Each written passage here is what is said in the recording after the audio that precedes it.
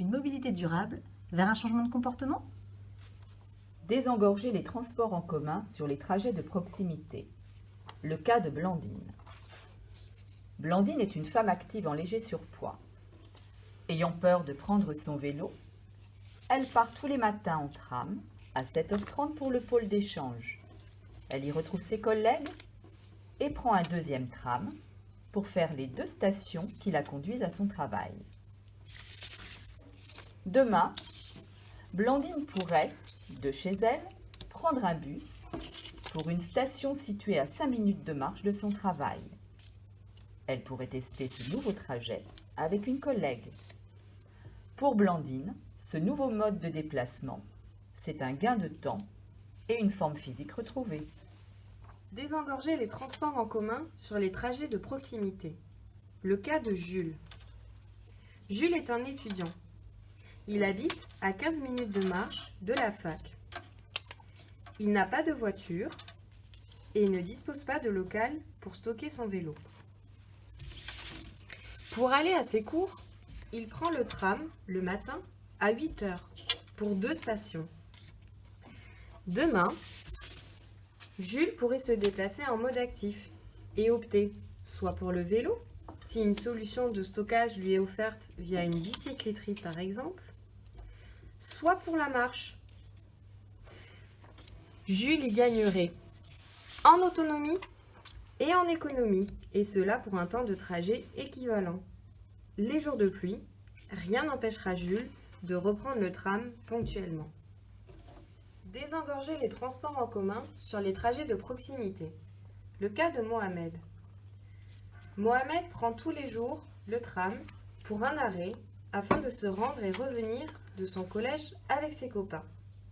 Il fait du foot et, comme beaucoup d'ados de son âge, possède un téléphone portable et porte un sac à dos bien chargé.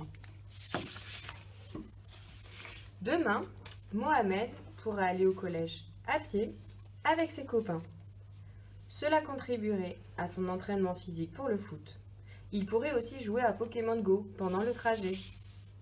Des challenges entre établissements pourraient être organisés pour encourager les collégiens à se passer des transports en commun. Au bout de 10 trajets par mois sans transport en commun, une récompense pourrait être donnée, comme des tickets de cinéma. Plusieurs conditions à ce changement. Alléger le sac à dos et impliquer les parents. Désengorger le trafic, le cas de Julie. Julie est une maman de 2 enfants âgés de 4 et 7 ans. Tous les matins, à 8h30, elle dépose ses enfants à l'école de quartier, située à proximité du domicile. Elle s'y rend en voiture avant d'aller travailler dans une commune de l'agglomération. Demain, Julie pourrait accompagner ses enfants à l'école, à pied ou en pédibus, via l'association des parents d'élèves. Avec le pédibus, Julie aurait quelques débuts de matinée libérés dans la semaine.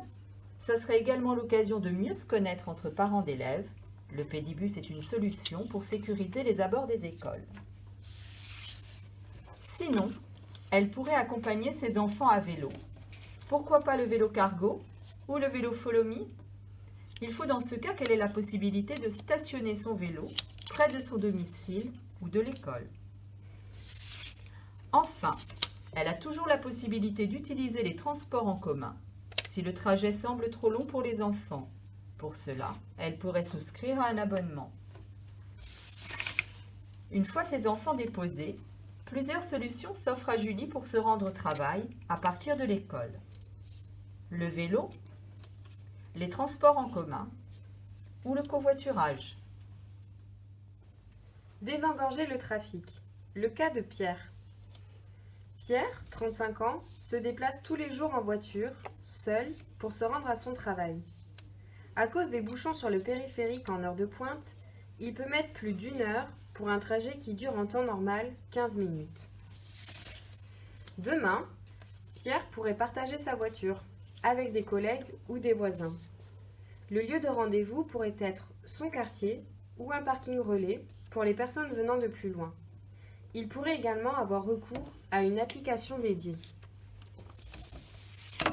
Il pourrait aussi utiliser plusieurs modes de transport, En voiture, il pourrait rejoindre un parking relais. Il prendrait le tram, puis utiliserait un vélo pour se rendre jusqu'à son entreprise. Une autre solution serait de négocier 1 à 2 jours de télétravail par semaine, sous réserve de l'accord de l'employeur. Pierre gagnerait en temps et en sérénité.